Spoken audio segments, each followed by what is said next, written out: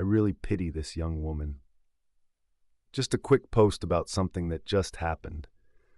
I was sitting in my office at the university where I teach and had a knock on the door. One of my second-year students came in, and an older person I found out was her father followed her in. I had barely finished asking then how I could help when Dad opened up with, "It's not acceptable that my daughter got such a low score in her last assignment. I want you to change the marks." The poor student looked so embarrassed as her dad went on. The classic, "We've paid good money to get on this course, so I expect better marks. I've paid cash for this. She won't have a student loan to pay off at the end." I let him continue ranting and eventually got to respond. I simply asked the student if she had read the feedback I provided on the assignment. She said she had. I asked if she felt it was a fair reflection of the work she submitted. And again, she said it did.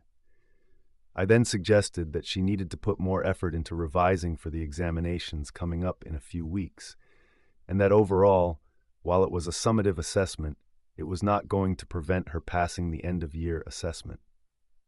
I then told the dad, "I'm paid to provide realistic feedback on her work. The fact he paid cash for her tuition does not mean she gets good marks without her submitting work that merits good marks." We hear this argument so often now in universities.